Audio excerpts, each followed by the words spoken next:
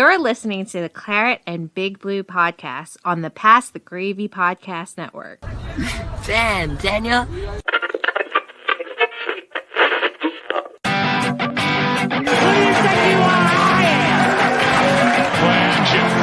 middle, touchdown Giants.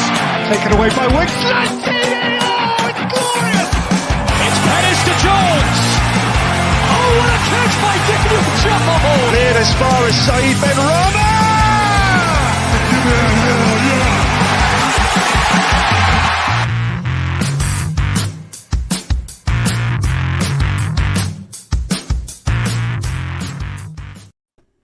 And we are live. We'll do it live.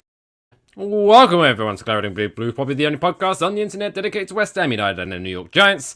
That's right, football and football balls for everyone's taste. I'm Mike Fish and I am joined as always by Mr. Alex Middleton. Alex, how you doing, buddy? What's happening, dude? How are you? I'm wonderful, thank you. I'm basking in the sunshine of New Jersey. I'm loving it. It's like 60-something degrees. I don't know how it works out still. It's like 20 degrees Celsius. That'll do to our Canadian viewers. They'll understand. Celsius. Yeah, that's what I was hoping you would tell me. Celsius, yeah. It's pretty nice. What have you been up to, man? What have you got a big week lined up for you, Mr. Middleton? I do, yeah. I've been getting ready for a beer release. My podcast gets its second beer release this weekend at Southern Star Brewing Company, and I've been doing some promo and stuff for that. So pretty excited about it. So for trademark reasons, though, what's it called? Darling Like a Marlin 2 Electric Darling Like a Marlin Sugarloo?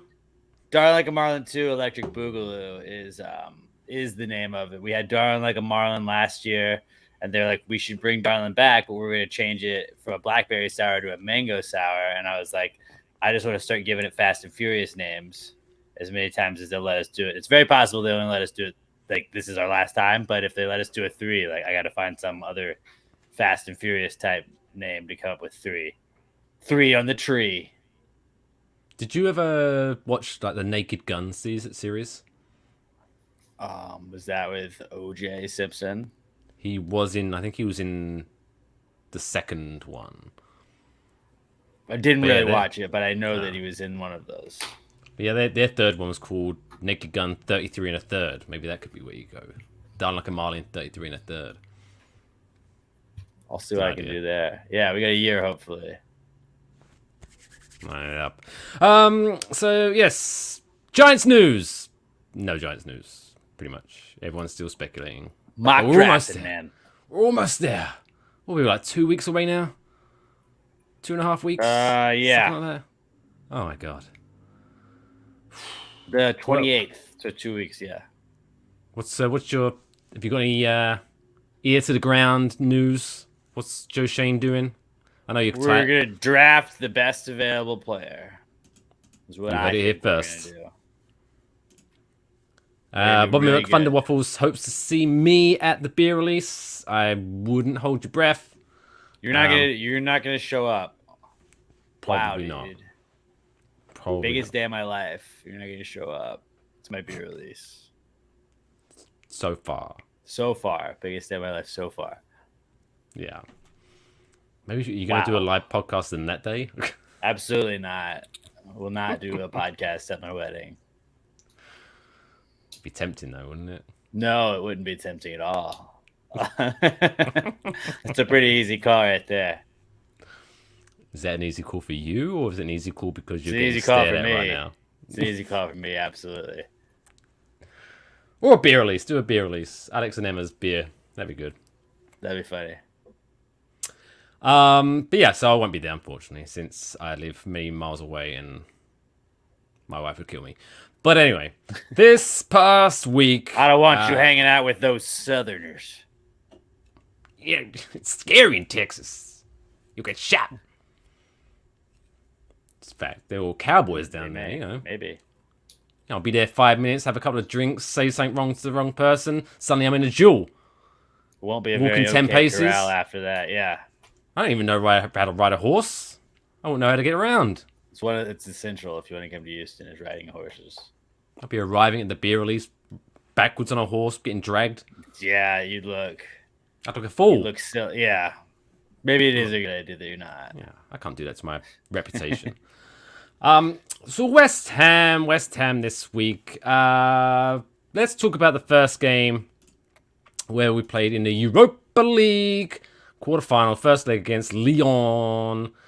Now, the rumor has it that there was some dodgy calls by the referee during that game.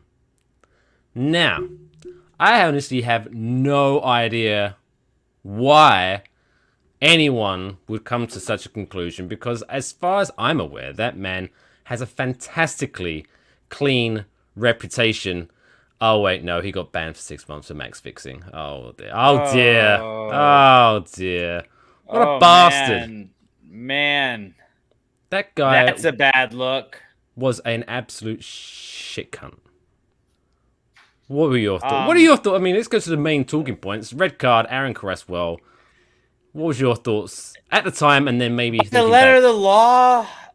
Like, yeah, now that we know that the ref's a cheater, like, absolutely it was a terrible call. But, like, in real time, it was like, did he stop a scoring opportunity, and was he the last man?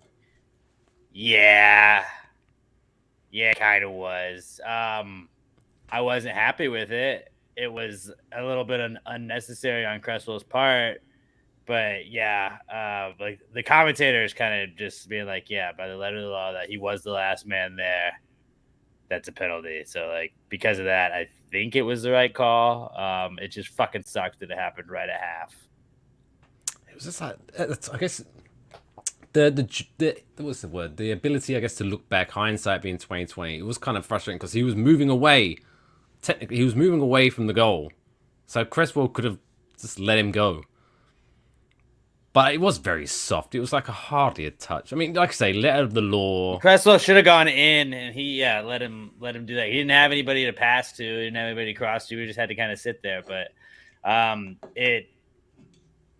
it was one of those things that kind of it fucked us, man. Like I think we aren't. I don't think we surrender that goal if we had a full squad in that second half. I don't know if we score any more than we did. We got very, very lucky with just getting that break that we had the goal. Was it Bowen put it in? It was that was an incredibly lucky break, and then it just kind of like even though we were up 1-0, it was just like, all right, but like when are they gonna even it up? And I was worried they were gonna win like 2-1, but I felt like we weren't going to come out of there without giving up a goal, just because being a man down, having to play a whole half like that, it's so hard to do. Even though we played pretty well defensively that entire second half, it's just like I felt like we kind of were trading blows in the beginning of the game, and then it was like the Cresswell thing just took all the air out of everything we had done that entire first half. That it was like, all right, well, you know what, we'll go to the dressing rooms. Figure it out. We're going to come back out, and this will be a fun game. And then it went to, well, we're going to play for a draw. We're going to sit back. We're not really going to do anything exciting. And I was shocked that like we were able to get as many chances as we did in the second half. What were your thoughts about the whole thing? Like, I mean, like the fact that Bowen was able to put that goal together was awesome. And then we still had another 2 times that I can think of right off the top of my head that Antonio had an opportunity there. And then I want to say Bowen had another chance that he could have scored, or what looked like another scoring opportunity. Didn't Lanzini have a close? Maybe it was Lanzini. It might have been Lanzini. But we had a couple of chances where it was like, oh shit, like West Ham could have gone up 2-0, and then right there at the very end, it looked like we had an opportunity to maybe get one more in. But I'm happy overall with the way that we were able to like play 2 games in 1 game, basically, because any halftime plans you had ready to go, you kind of had to throw those out the window and just be more defensive minded in the second half of that game. Luckily it was in the first leg. We really would have been in a lot of trouble if it was not. But then I'm just going to be interested to see what we're going to do corners wise with that Cresswell. Free kicks, he's essential to us in the free kicks. We've already seen that lately in the last couple of weeks with him. And then now we don't have any Zuma going on Thursday at least. I don't know about the weekend game, but we do not have Zuma for leg 2. Yeah, so that means it's gonna be. Well, we have got no opportunity. It's gonna be Dawson and Diop at the back because we have no Not one the else. worst. No, Yeah, it's not the worst. And Craig Dawson played extremely well in that second half. He was a brick wall. Dawson was a beast, man. Yeah. Again, like we at that point, like I was like, this is gonna be where it falls apart. Like there goes Europa League, and the fact that we were able to just kind of like lock it down defensively and still, like create those rushes and stuff that we were able to do. I don't know. Lyon, I saw also had some injuries over the weekend, so maybe they're a little bit shorthanded too. Yeah, I think they had a forward. bit of shitty weekend just like us. You can obviously tell both teams are more just focused on Europa at this point.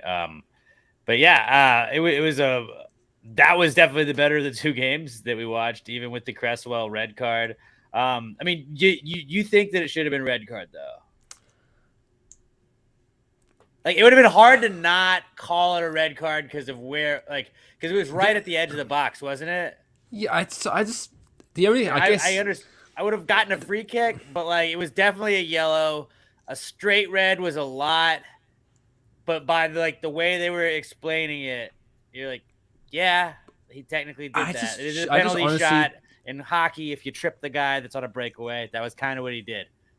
It's one of those things. Is like one I thought was very soft because there was hardly any contact, and the fact that the guy got up and winked at his mates as if to say, "Hey, I got him," was kind of that pissed me off. But also, it is one of those that if the exact same thing happened at the other end, I'd have been screaming for the guy to get sent off. So it's like, I mean, yeah, at the time I was like, "That's never a red," and I was so pissed off. But hindsight, looking back, I guess it's like, I'm more frustrated at him. Like it was He's soft, better than that. but it's like, why did you do that? Unnecessary. It was unnecessary. It was still early in the game. It's 0-0. There was no need to do that. And it's like Cresswell is an experienced player, but he's one of those guys that's not really ever been in that European football late stages kind of thing. It is. I mean, you talk about inexperience. I mean, he's come on. I think he's played like maybe as a substitute for England in a friendly, but as a friend. So I think this is probably his biggest game of his career. And you just got to know that you can't make those plays. You can't do things like that on that stage. I mean, was it Declan has the yellow card, and he was as conservative as it could be defensively. Yeah. When it comes to tackling and everything like that. I mean, Declan still like dominated, but you could just tell they're like, "Don't fucking do it, Deck. Don't fucking do it." And now I feel every now and again he was second guessing himself. Half our team, I feel like, has yellows going into this last leg, which doesn't make me excited. But I think it also makes you have to be more technically sound, and assuming that like West Ham does have the ability to do that. We are a very technically sound team, and I think that's what gives us the ability to go as far as we have so far in Europa and to play as well as we have the last 2 years. And just, I mean, you see those lobs that we can get to one another, just Ben Rama right off the ball, Lanzini right off the ball, Rice right off the ball, those first touch, second touch. We're up there with the best of the league and in the world, obviously, where we are right now in Europa. And if we can rely on that and be successful at that, I think I think it's gonna be more dependent on that going forward on Thursday. But yeah, Cresswell was a beast, and he knew exactly where to put it on those corners. So because it's him and Soufal, right? They do it. I don't know. He always seems to mix up. If it's not Cresswell, it can be Soufal. Sometimes Bowen takes some corners. I'm pretty sure. I think lately they wanted Lanzini take some corners. Lanzini might be taking them then on Thursday. But just the free kicks, man, he's crucial to the ability to make good on free kicks, and not having him there on the second leg is going to suck. I don't know. It makes me feel like we're not in a bad spot, but that's also the games that West Ham loses. So I'm really nervous. I keep psyching myself out about this game. I mean, we can kind of merge it into the preview. Do you think maybe going into the second leg that the fact that we managed to hold on to a draw That was down to basically 10 a win. men. Do you think this is going to go like it almost takes away the home advantage for Lyon next game, where it's like we are going to have extra, not only motivation but confidence going into it, thinking, hey, if we can actually stay with 11 men on the field all game, we have an amazing chance at this. I do feel like that, which psychs me out. Then I'm going in and out of it, but that also makes you feel like, because the second that Cresswell got sent off, they were like going into the locker room and half like, dude, all right, boys, like all we gotta do is get one. We can go in with a little cushion, play at home. We're gonna like put this away easily. Maybe get 2 goals. They're down to 10 men, and then for us to come out and put up that first goal, immediately you could tell there was a shift from Lyon being like, oh, we're just gonna take one and head back to France next week. They were like, oh shit, we gotta pull even. And I didn't really have a doubt that they were gonna pull even. Like once they kind of power played us that way, like it made sense. But the fact that they weren't able to get a second one, I think that was definitely a hit to their morale. And now it's like, bro, you can't hang with them for like you can barely hang with them when they have 10 guys. Just imagine when they add that one more. So we just can't start flat. I feel like we're gonna lose, but I think that we could also like win 1-0. It feels like a 1-0 kind of game, or a draw that we go to penalties and lose. Yeah, I was gonna say my gut is saying this is gonna go to penalties. It's gonna be heartbreaking. It's gonna be gut wrenching. Yeah. Bobby McThunder Waffles. Hey Mike, did you see that Ronaldo video? That course of action makes Messi as the greatest soccer player ever. Oh, you talking about where he'd slapped that phone out of that child's hand? Yeah. Not my hero. What? Like, he's apparently, wasn't he an Everton fan, or was he a Man United? Because I don't know. For some reason I thought he was an Everton fan, but maybe I got that wrong. Because then I saw he invited him back to Old Trafford, and I was like, well, if he's an Everton fan, why the fuck do you want to go back? Well, they were also like, he was an autistic kid, and they're like, well, I mean, I don't think Ronaldo was looking at whose hand he was slapping. I think he just was like, get that phone out of my fucking face. Well, and maybe next game he's going to be doing it. Like, he's going to walk past. You autistic? No? Fuck yeah. You have to, like, he's going to check first. He's like one of the most famous people in the universe, and a lot of people put photos like that. I don't think he did it maliciously because of the kid. I think he was just like, fucking stop. He was in a bad mood that doesn't justify it, but it's like I don't think there was ill will towards it. No. Still a twat though. But Messi's better though. Messi is better. Messi's better. Speaking of controversy, so it wasn't necessarily going to bring this up because Cam Newton's not a Giants player, but pre-going live, I mentioned this to Alex, and Alex hadn't heard about it. Well, yet I think have you heard there was some rumblings around Cam? As you said it, like ESPN had a headline, and I just kind of glazed over it. All right, so Cam Newton was on an interview. I think with Barstool, but I could be wrong, so I don't want to quote that. But he was on a podcast, and I don't know where the context comes from, but he said, and I quote, "Now a woman for me is handling your own, but knowing how to cater to a man's needs, right?" And I think a lot of times when you get that aesthetic of, I'm a boss bitch, I'm this, I'm that. No, baby, but you can't cook. You don't know when to be quiet. You don't know how to allow a man to lead. Wow, toxic masculinity much? Wow. That's like... yeah, Cam, we don't say things like that. My immediate thoughts to this was, because I'm always, I think I've said it several times on this whenever someone says something stupid, I'm always a big devil's advocate guy. Or maybe whatever it might be.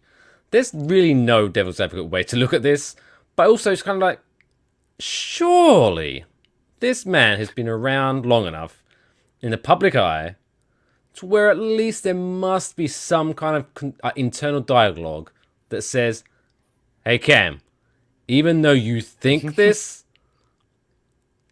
it's not going to end well if you say it. We don't let that inside thought become an outside thought. So, hey, I'm going to say this about... No! Shut up! Just keep that right in here. Keep that in your head. Do you I mean, reckon he said it and then was like, "Yep, people gonna love me for that." I think that he's a traditional kind of guy, and for some people, traditional means different things than other people. And I mean, the modern version of a woman or a boss bitch, quote unquote, as I'm just quoting him. I'm quoting that from what Cam said. The modern version of that may not see things the way that Cam Newton sees things like that. I think he's entitled to his opinion, but yeah, probably not the best thing if you're a borderline quarterback right now trying to get a job. Yeah, so much for the Giants signing Newton. Yeah, I mean, yeah, if you're looking for a job, we have Tyrod Taylor. If you're looking for a job, just again, even if you don't believe it, just say all the right things. Just toe the line until you'll get that contract. I want contract. to elevate women, is what I want to do, and make sure they have equal pay. I want to cook for women. Or say some shit like that. I don't know, Cam. Jesus fucking Christ. Somebody the other day was like, "What is it? What is it supposed to mean when what do you do when a ladybug lands on you?" And I was like, "You respect it." And I was like, "I don't know. I'm just playing the game. I'm just playing the game. All right, man. I'm saying the right things." Alex may not know everything, but he does respect women and ladybugs. If you want to pick it up, you ask permission first. Exactly. Respect the space. Consensual ladybug picking up. Exactly. Anyway, that was that. Learning a lot today. Wow, Cam. Wow. Was he wearing like a fluorescent suit, kind of looking like a bad guy from a Batman cartoon? Like, did he have a feather in his hat? I think he had like a lampshade on his head. I could see him do that. That guy knows fashion. I'll give you that. What's that? High fashion. High fashion. High fashion. But that's about it. Yeah, Cam Newton. Disavow Cam Newton on this podcast. Right, before we move on to the... we're going to talk about the Brian game, the Brentford game, I should say, and then look ahead to the Burnley game. We're going to play everyone's favourite game. It's now time for this week's... How many things can you name? How many things can you name, Alex? So this week, since you have, even though I know that's the New York flag, technically it looks like the French flag on your... It does. It's a New York City flag, I believe. It is, because it's orange and not red. But it's a segue, because this week's How Many Things Can You Name is a French themed, since obviously we're playing Lyon again on Thursday.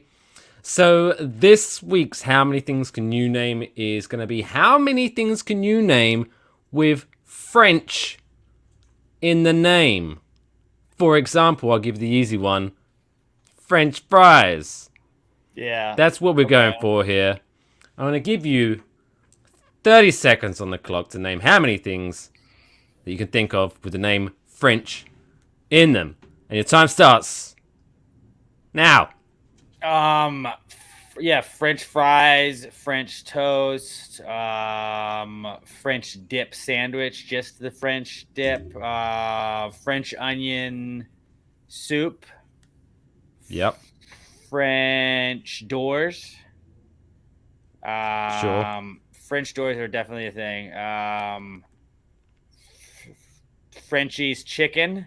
French's mustard. French's pretzels. I don't know. And your time's up. That's all I can think of. I don't know about those last. Those sounded. Alex French was waffle. just saying French before any word. French car. French TV. Well, you could have had French dressing. Fuck. I didn't know that was a thing. French press. Okay. Coffee. And then French bread. Apparently is another thing. Fuck, yeah. Or French kiss. Ooh la la. Damn, yeah, I missed that. I missed on some obvious ones for sure. What was the last Once you get going. Was that is that a local brand or something? The French mustard. Was it Frenchy's? French's mustard. Is that a brand? Frenchy's chicken. Frenchie's chicken is like a chicken chain. You can Google Must be a it. Southern thing. Yeah, it's a restaurant company. Frenchy's chicken. Founded in Houston, Texas, in 1969. Nice. Well, okay, for that reason, I'll give you that one then. So you got about 8 there. Not bad. Frenchy. I guess that's technically, Frenchy. Not bad. All right, quick talk about Brentford, West Ham. Lost 2-0. So, was it just because I was like double screening it because I had the Australian Grand Prix on as well when I was watching West Ham and the Grand Prix. And I couldn't decide which was more boring. Like, even though we lost 2-0, it was weird. It was kind of like, it wasn't necessarily a bad performance. It was just a good performance. It was like, It was so like nothing. We didn't play well. Brentford didn't really play that well either. They had like spurts where they just kind of took over. But we came out flat. I don't know if we were looking ahead to Thursday. Hopefully that was the case. That was classic West Ham game that we really needed, especially given the results that we got this weekend with Man United dropping points, Arsenal dropping points, Wolves dropping points. I mean, that was ours for the taking. And we knew what we needed going into Sunday. And that made it worse. It was like, you had the results on Saturday. You're like, oh shit, like calculate. Okay, 3 points on. Like, look at us moving right up that table. And then like we could if we could run through Burnley and Brentford, getting 6 points out of that, we're sitting so pretty going forward with 6 games left, 7 games left in the season. And yeah, I think top 4's gone, but that would have been like, we could be secure in 5th or 6th. That'd have been nice. Now I'm still kind of like, oh, fuck, we could. Now we're still. It's not, we don't control our own destiny. We could have we have games against Arsenal. You have the games against Chelsea where it is statement games you can make. Not that really our game against Chelsea means anything to us at this point other than we need to win it. But yeah, this is a classic West Ham game where we're gonna look back at this hopefully, or hopefully not. But you could this could very well be one of those where hey, if we just beat Brentford here, didn't we draw against them on earlier in the season, or did we also lose to them earlier? They might have done the double. Yeah, I can't remember that far back. But it's like little games like that. If we don't drop those points, we're sitting great right now going forward. No, they beat us 2-1. So yeah, they did the double. 6 points right there. Brentford, we could have been sitting really good right now in the table. Let me look. We could have been above Man United by right. I mean, we're above them now, but they've got a game in hand. But we could have. Yeah, 57. We would have been tied with Tottenham right now. Missed opportunity. I don't know what it was, but yeah, I don't know whether it was them just eyeing up Thursday.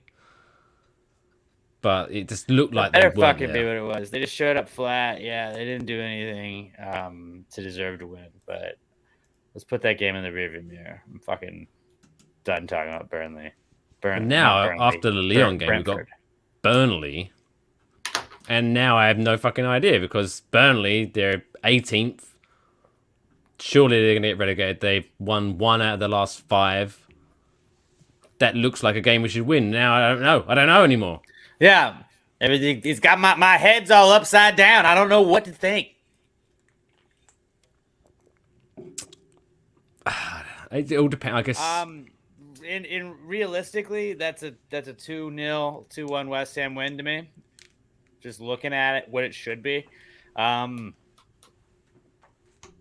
Hopefully, we go in there and we're just flying off the wave of emotion from whipping the shit out of Lyon. In that second leg, how awesome would it be? Just come out, just win 3-0, just put it away. Don't even make it close. It's a weird year for European football. Villarreal moving forward. Yep. Knocking out Bayern Munich. Chelsea just lost, so they're out. That was a hell of a game. Did you watch that? I watched some of it.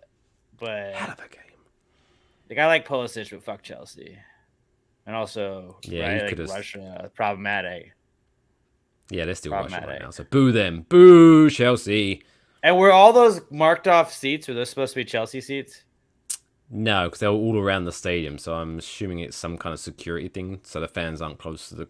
I don't know what happened there. Okay, But yeah, it's all around the was stadium. wondering if that was what it was because I knew they had all those restrictions. But because I know Atletico Madrid have restrictions as well because of they're all racist. Their fans apparently. And there's no room for racism. there's none.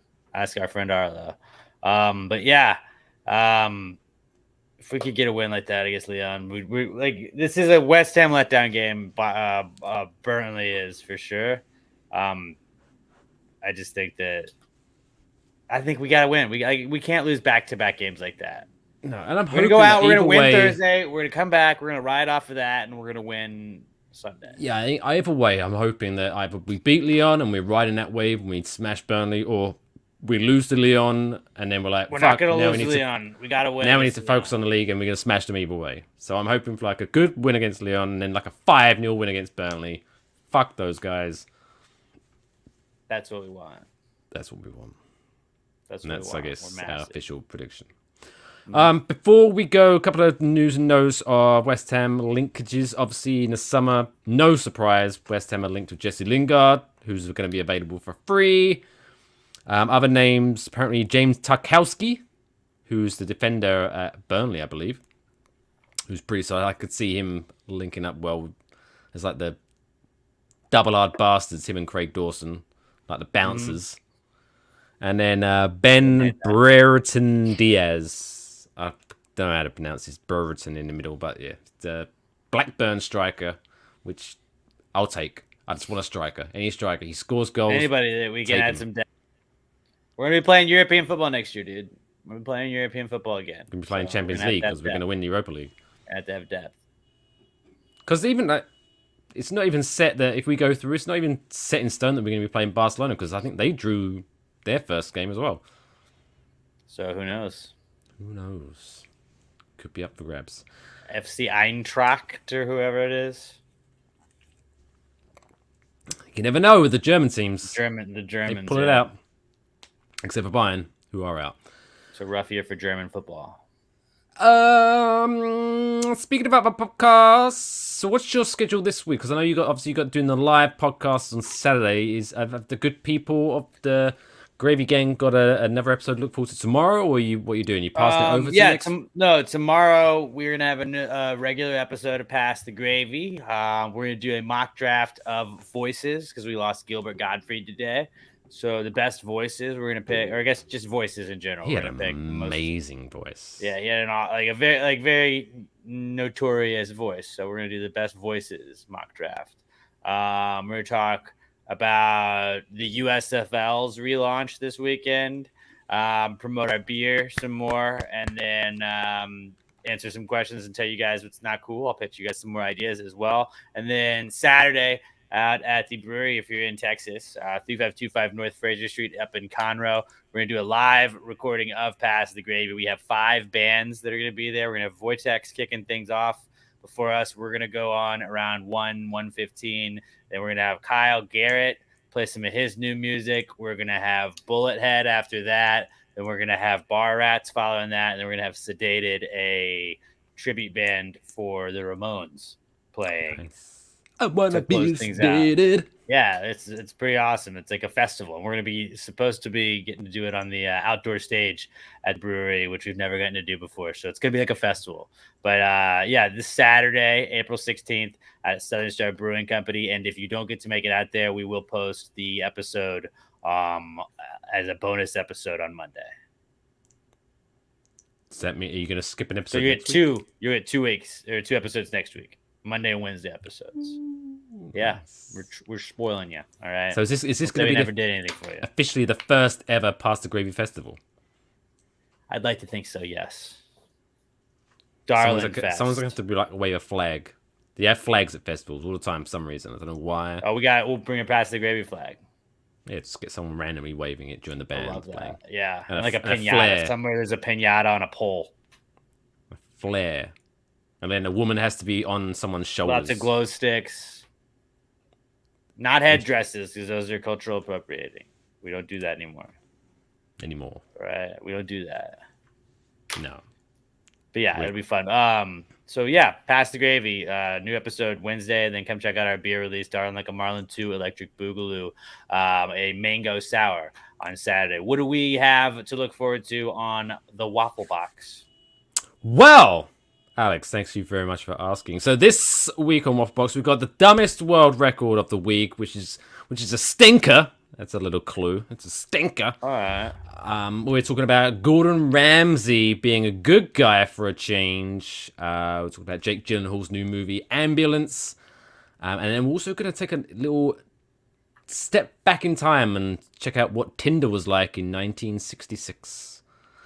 So that's going to be a new episode of Waffle Box. Check that out tomorrow at Waffle Box Pod in your inboxes around about 6 a.m. tomorrow morning. So wake up with Waffle Box and then listen to that show and then go straight to the Rod Ryan show, morning show, listen to that, and then, I don't know, chill out for the rest of the day, and then around about 8 o'clock, listen to Pass the Gravy. It's going to be an amazing day tomorrow. You're going to love it. You're going to love it. Your ears will thank you. So make sure you follow Waffle Box Pod and Pass the Gravy Pod on all your socials, Twitter, Facebook, Instagram. Not TikTok. We're not on TikTok. That reminds me, Bobby McFun and Waffles, that reminds me of the PGG Time Machine. Oh yeah, we did that in the beginning of the pandemic. We used to have a where you been segment where we'd tell you what we've done. I remember that. And then when we couldn't go anywhere, we just started, it was like a book club, but we would just pick a year and we'd all look up stuff that happened that year and then just share what we learned. It was informational. Nice. Yeah, it was fun. We didn't have to read anything really extensively. But the important thing is you grew as human beings. Right. Like that's the worst thing about a book club is that like you like, hey, but I don't want to read. Like I like Reddit because Reddit is like I watch Survivor, I watch Big Brother, and then I get on Reddit and I discuss, or I don't really discuss, but I read the comments of other people that are discussing stuff. I'm like, I agree with this. I agree with that. And you can upvote and downvote on Reddit. And it's like, that's like the modern day book club is like a Reddit forum about a show or a movie. Like we should have a movie club where Mike and I, like, we just are like, oh, hey, let's watch this movie. Like, let's watch The Godfather, and then we'll discuss. And then we're like, you know what I really thought was interesting, like, I don't want to read anything, but like if you're like it's a movie or a show I can watch, absolutely I'll do it. That'd be a good one. That'd be a good one to do. Do we watch things or consume anything really if we aren't going to talk about it? Like that's really the only reason we consume stuff. You can say it's for enjoyment, but really it's so I can be like, hey, have you seen the show? Oh, dude, you got to see it. It's where this guy does this. Like that's really why we do things is to talk about them later, and that's the fun of it.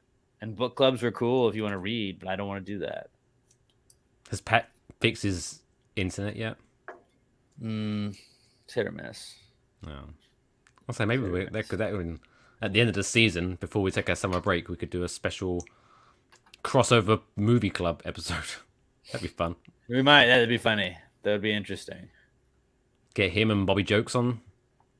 Bobby Jokes in the 4 movies he's seen. We'll have to pick one of them, I guess. Yeah, right. Like Spider-Man. We'll just watch Spider-Man. Sounds good. All right.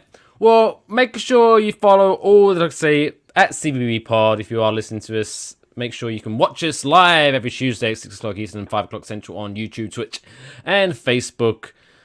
Go to cbbpod.com for all the links. I am at Mr. Mike Fish. He is at Alex J. Middleton. Until next week, though, as always, don't forget. Seahorses forever. See you next Tuesday.